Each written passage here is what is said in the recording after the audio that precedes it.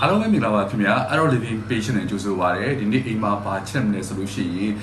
ထိုင်ဟင်းတစ်မျိုးကိုချက်ပြပေးမှာဖြစ်ပါတယ်နော်ထိုင်းစားစားတွေမှာဆိုလို့ရှိရင်လူအများစုကြိုက်တဲ့ဟင်းတစ်မျိုးတော့ဗာလဲဆိုလို့ရှိရင်ကျွန်တော်တို့ကြက်ပင်စိမ်းဝက်ပင်စိမ်းပေါ့နော်ဆိုလို့ရှိရင်လူတော်တော်များများကကြိုက်နေတဲ့အခုချိန်မှာဆိုလို့ရှိရင်အသားသေးတာဆိုလို့ရှိရင်လည်းအရင်ကမှတက်လာတဲ့အတွက်ကျွန်တော်တို့ကြက်ပင်စိမ်းဝက်ပင်စိမ်းကိုကျွန်တော်တို့ဘယ်လိုချက်မလဲဆိုလို့ရှိရင်ရွှေဖြုံသီးလေးနဲ့ရောပြီးချက်လို့ရှိရင်ကျွန်တော်တို့အတွက်ဆိုလို့ရှိရင်ပူပြီးတော့ချက်ကြိုက်တာပေါ့နော်အဲ့ဒါကြောင့်ဒီနေ့မှာဆိုလို့ရှိရင်ကျွန်တော်ချက်ပြပေးမယ့်ဟင်းကဒီဝက်ပင်စိမ်းရွှေဖြုံသီးဟင်းပဲဖြစ်ပါတယ်နော်ဒီနေ့ကဘာချက်လဲဆိုလို့ရှိရင်ထိုင်းဟင်းတစ်မျိုးဖြစ်တဲ့ဒီရွှေဖြုံသီးနဲ့ဝက်သားကိုချက်ပါမယ်ဒီဟင်းလေးကဘာနဲ့တူတယ်လို့ရှိရင်ကျွန်တော်တို့ကြက်ပင်စိမ်းတို့ဝက်ပင်စိမ်းတို့နဲ့သွားဆင်ပါတယ်ဒီမှာဆိုလို့ရှိရင်ပင်စိမ်းရှိမယ်ဝက်သားကိုကျွန်တော်တို့ဒီမှာစင်ကောလောက်တာရှိမယ်ရုပ်သီးစိမ်းတက်သွန်ဖြူပြီးလို့ရှိရင်ဒါကတော့ကျွန်တော်တို့မြုပ်ပေါ့နော်တက်သွန်ဖြူနဲ့မြုပ်သီးစိမ်းကိုကျွန်တော်တို့ထောင်းပါမယ်တော့နော်အရန်ညက်စရာမလိုဘူးညက်တက်လေးထောင်းလိုက်ရုံပဲပေါ့နော်ဒီမှာလို့ရှိရင်မြုပ်သီးအစိမ်းနဲ့အနီပါလို့ရှိရင်ကျွန်တော်အနီကိုပို့ပြီးတော့မှထည့်ထားတယ်ပေါ့နော်အယောင်လေးနဲ့စတယ်ပေါ့နော်အဲ့တော့စားလေးနဲ့ထည့်ပြီးထောင်းပါမယ်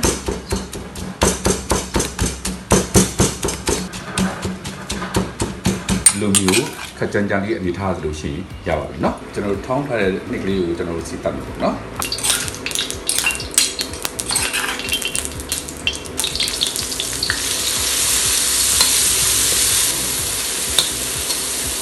ပတ်သားထည့်ပါမယ်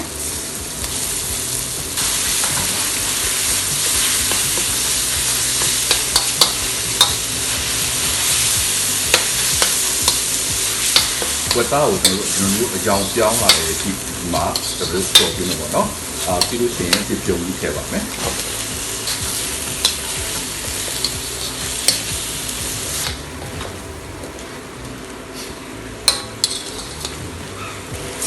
ဒီထည့်ပါမယ်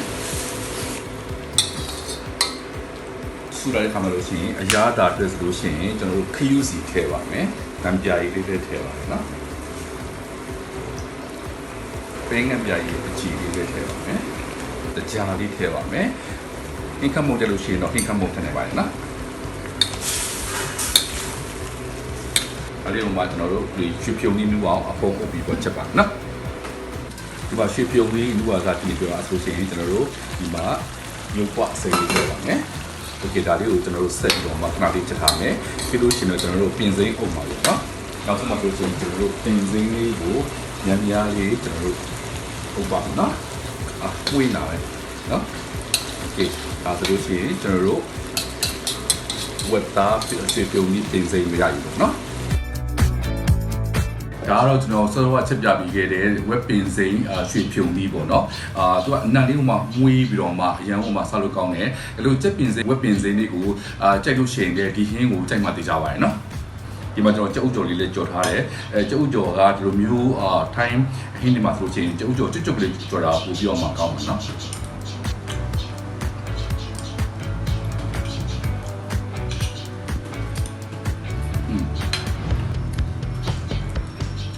ဒီမှာတော့ခုပြောနေတာပါလဲဆိုရှင်ဒီဟင်းမှာဆိုရှင်ကျွန်တော်က